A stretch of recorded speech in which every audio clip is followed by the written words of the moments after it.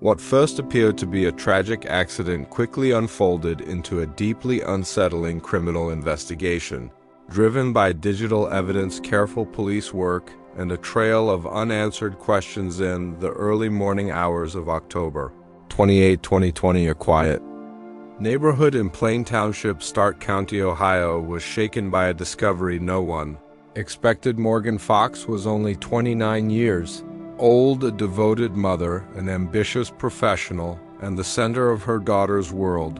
She lived with her boyfriend and her 9-year-old daughter and worked as an operations manager for FedEx. Her life followed a strict routine, especially on workdays when she was scheduled for overnight shifts. On that morning, Morgan never made it to work. Her boyfriend woke later than usual and immediately noticed something was wrong. Her SUV was still parked in the driveway, even though she should have already left. Concerned, he walked into the garage and found Morgan slumped inside the vehicle, partially in and out of the driver's seat. The car door was open and she was unresponsive. Panicked, he called 911 and told dispatchers she had no pulse and appeared to have suffered a head injury. When officers arrived, rain was falling heavily, creating difficult conditions for preserving evidence. Morgan was still in the SUV. Her purse was nearby and cash remained untouched. There were no signs of robbery or forced entry. At first glance, the scene was confusing and unsettling. Then officers noticed a bullet hole in the passenger side door. The moment that detail emerged, everything changed. Police carefully removed Morgan from the vehicle and discovered 2 gunshot wounds, one behind her left ear and another at the top of her head.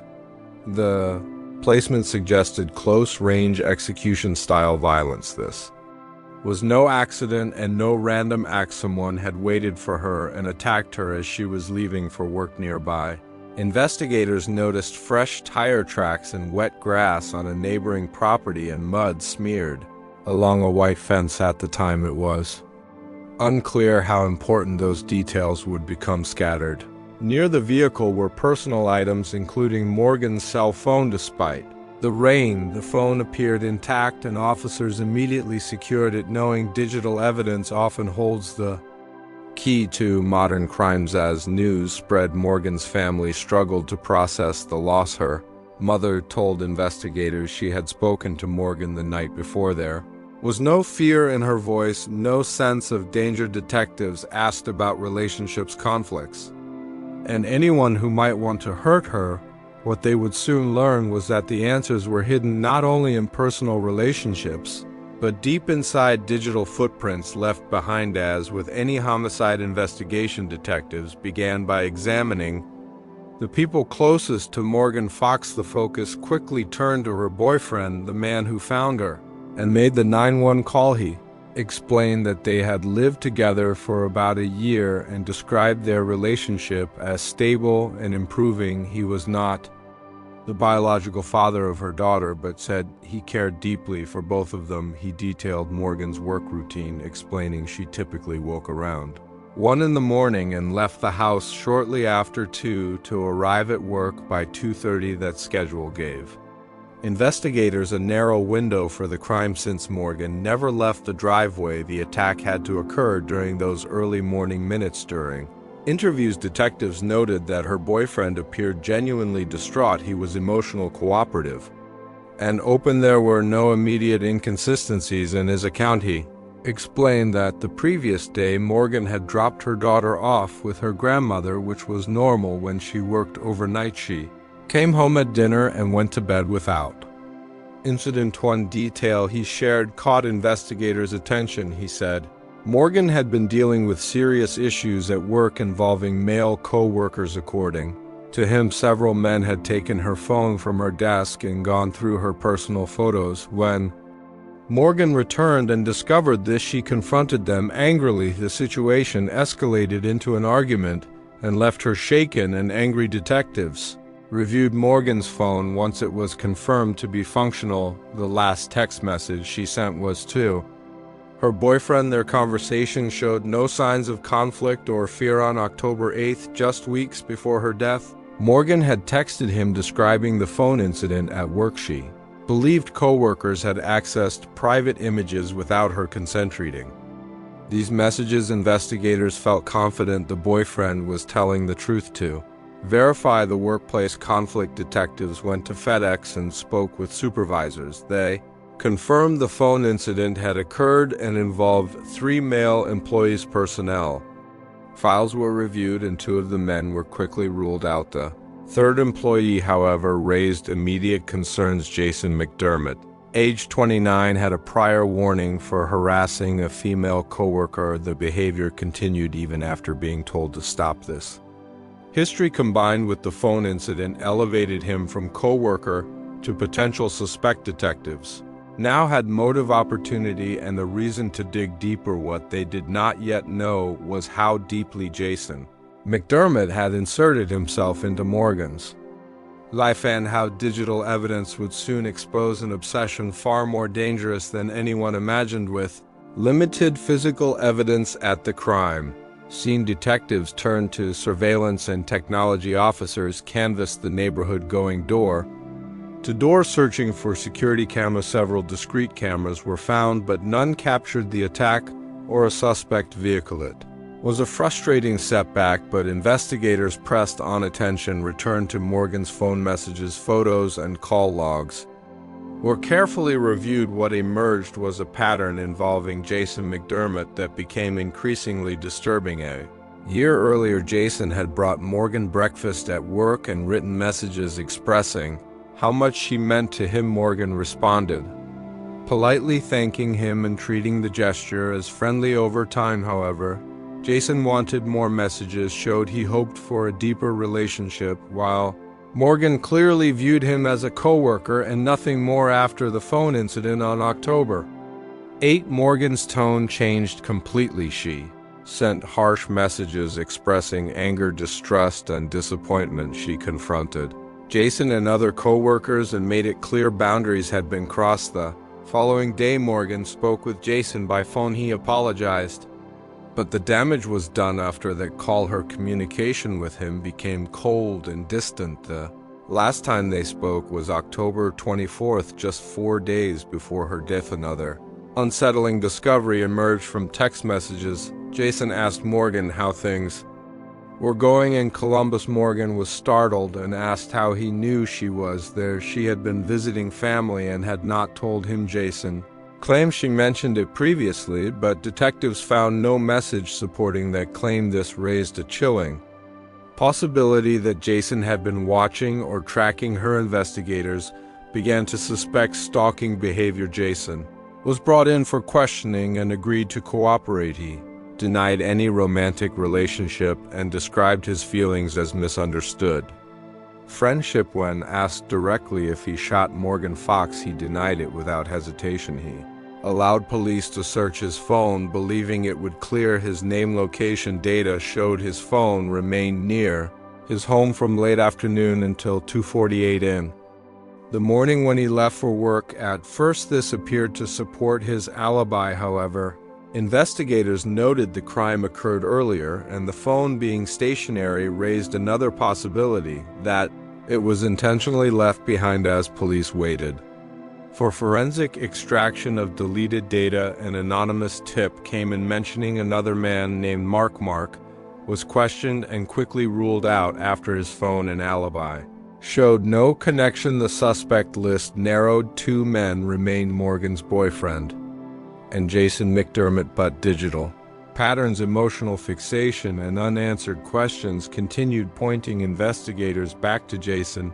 They decided to watch him closely. What they would soon uncover would dismantle his story piece by piece. As investigators intensified their focus on Jason McDermott, new details emerged that raised serious alarms. Police learned Jason had recently washed his car thoroughly and kept it parked inside his parents' garage. This behavior stood out because it had rained heavily and roads were still muddy. Why clean a car so carefully immediately after a storm? Security footage provided the answer. After finishing his shift, Jason drove directly to a gas station. Car wash cameras showed him obsessively cleaning the rear wheel Wells, then repeating the process experts later explained this area would hold mud from off-road driving after the wash.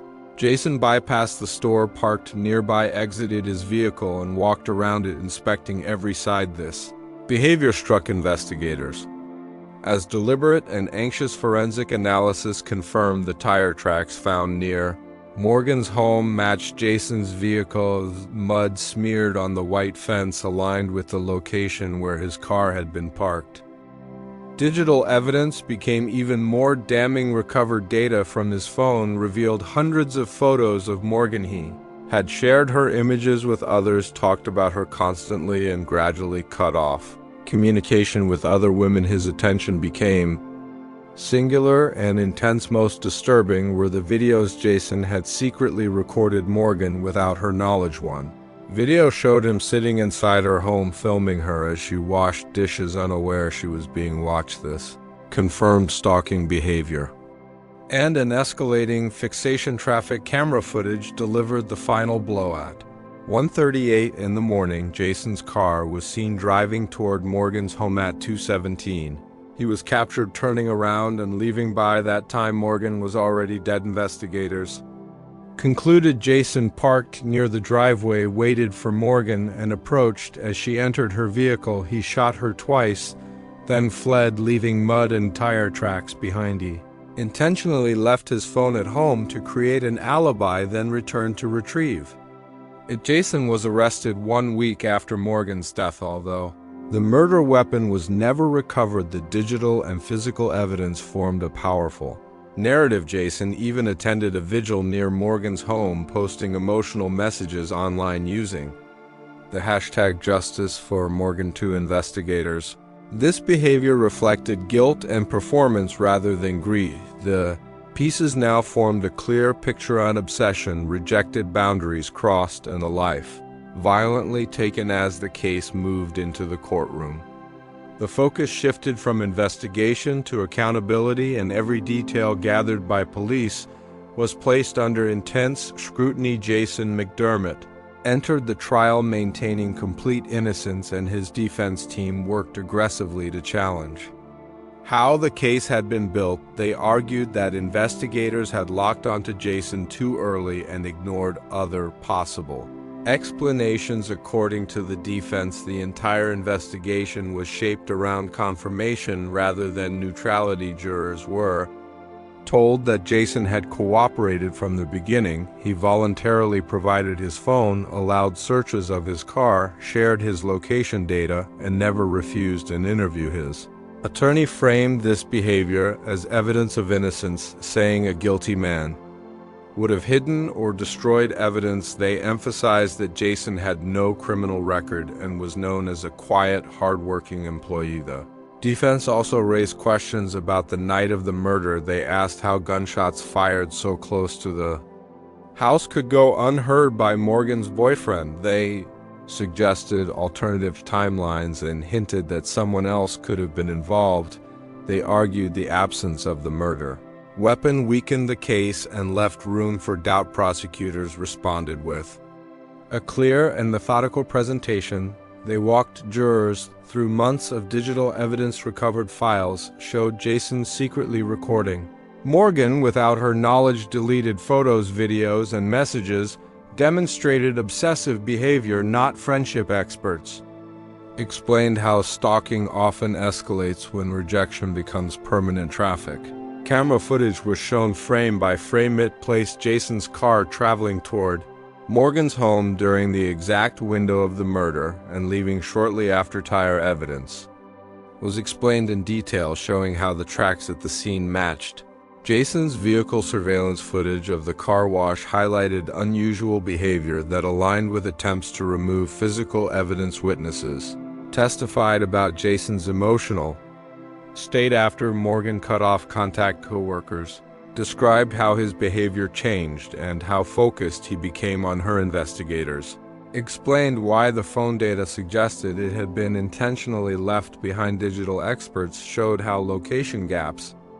and timing supported premeditation. Jason never testified in his own defense. The jury was left to evaluate silence against an overwhelming pattern of evidence. After deliberation, they returned a guilty verdict. Jason McDermott was convicted of stalking and murdering Morgan Fox. At sentencing, the judge spoke directly to the gravity of the crime. She stated that the level of planning, obsession, and disregard for human life posed a serious risk. Life imprisonment was imposed with no opportunity for parole. The court made clear that this was not a momentary lapse, but a deliberate act driven by control and fixation. After the verdict was delivered, the courtroom fell silent, not in celebration, but in reflection. Nothing could bring Morgan Fox back, and no sentence could truly measure the weight of what her family lost. She was a daughter, a sister, a friend, and above all, a devoted mother,